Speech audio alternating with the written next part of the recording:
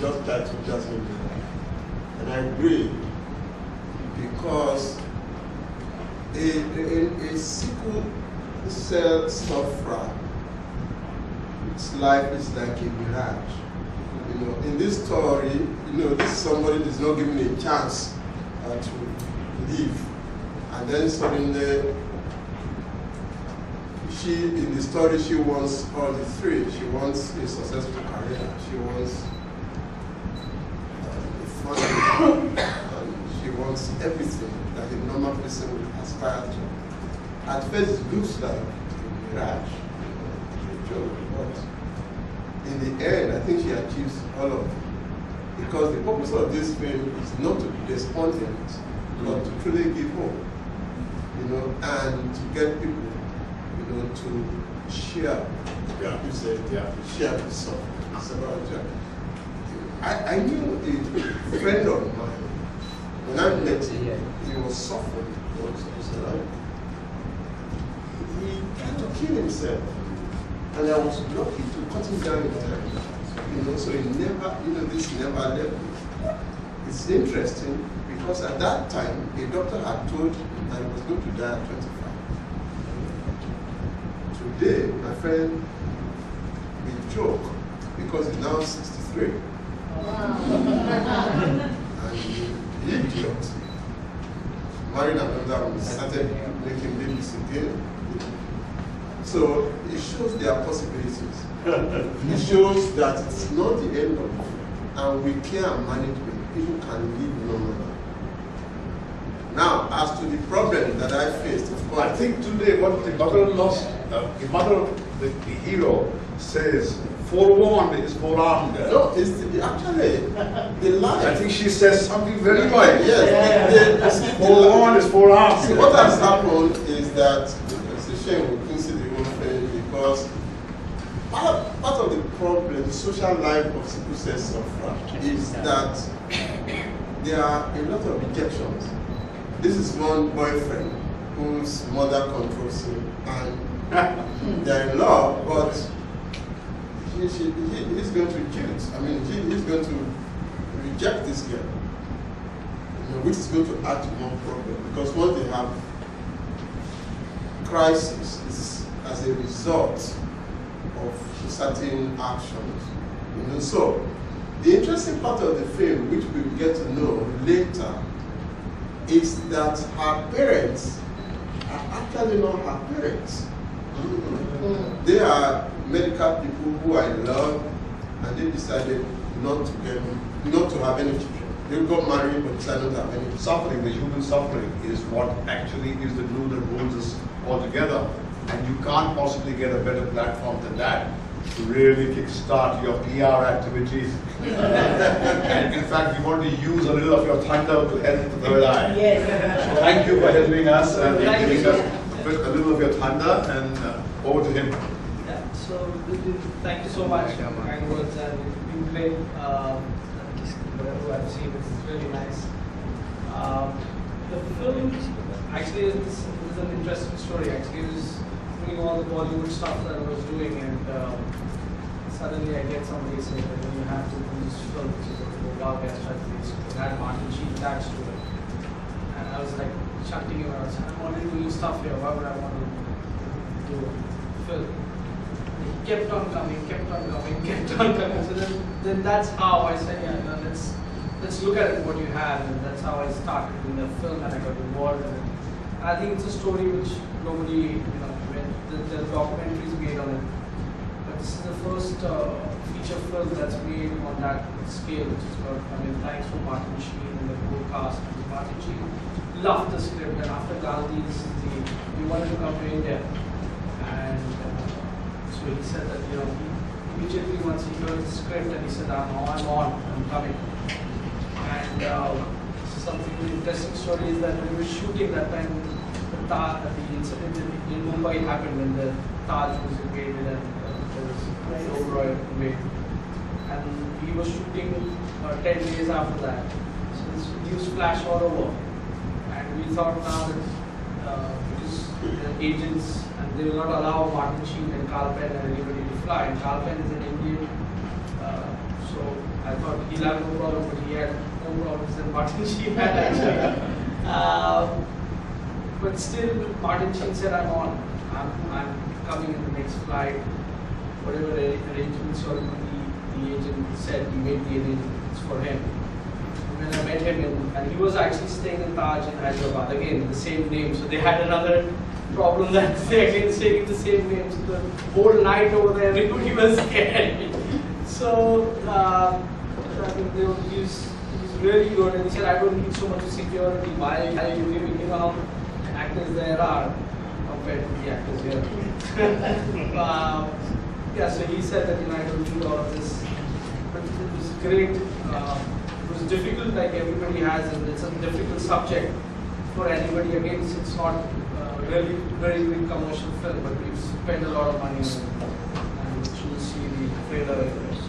And what do you know that people learn from the film?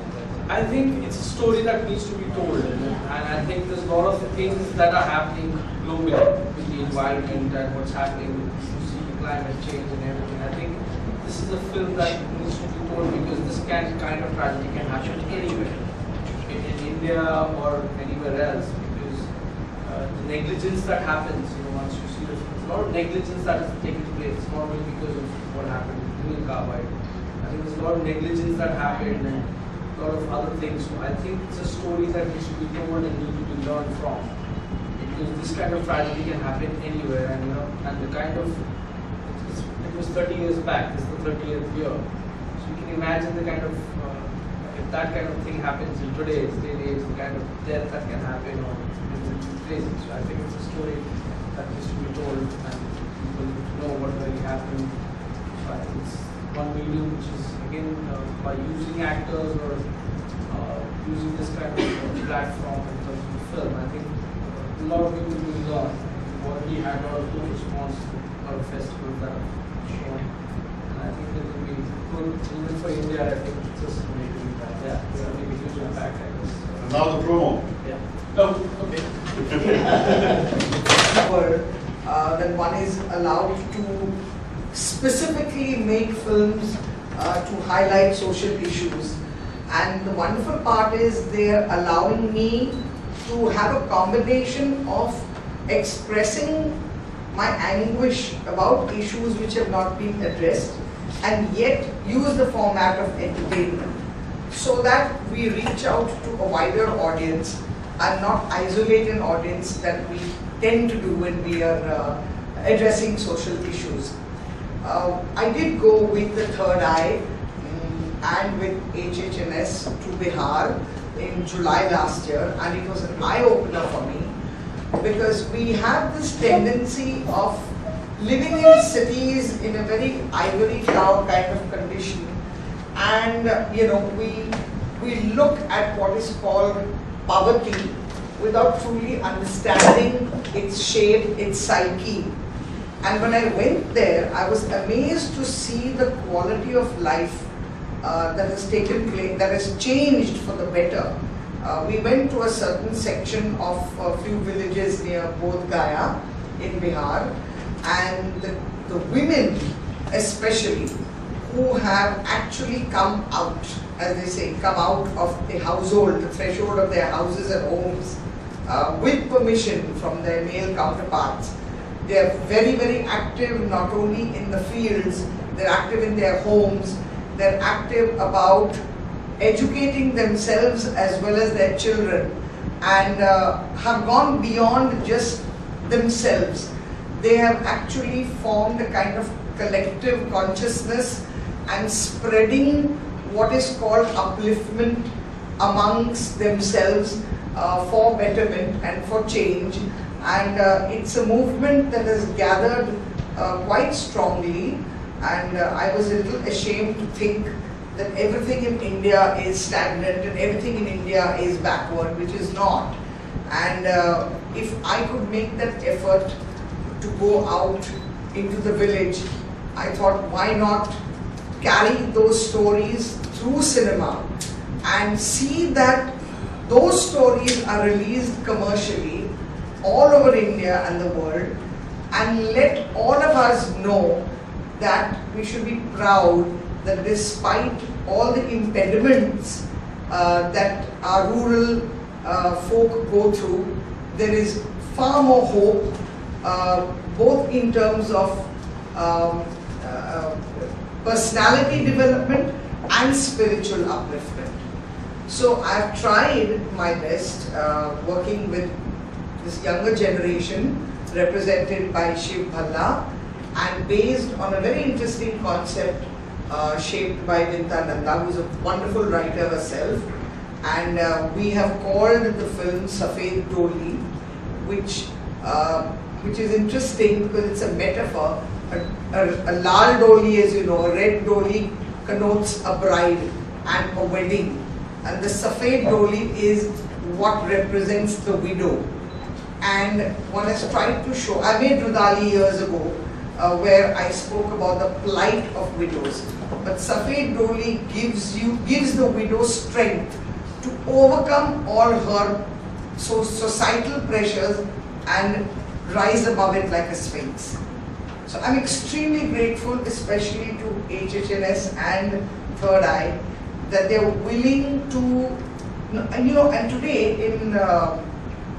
in situations for independent filmmaking, it is very tough to raise seed money, and therefore I was telling Stuart a little while ago that most of us directors have turned into writers by default, because we really can't arrange funds to pay writers of repute or young people, and that's the reason why we develop our own writing skills. But one thing wonderful is here that HHNS has invested in seed money of developing the entire screenplay, story, research, and that really makes a difference, because this quality of having 3 generations working on it has truly made my work extremely alive and interesting. So thank you, Chris, and your entire group. Thank you. And Vinta. I'll take this moment to actually introduce my team here, because without all of them, I don't think to come together and share information.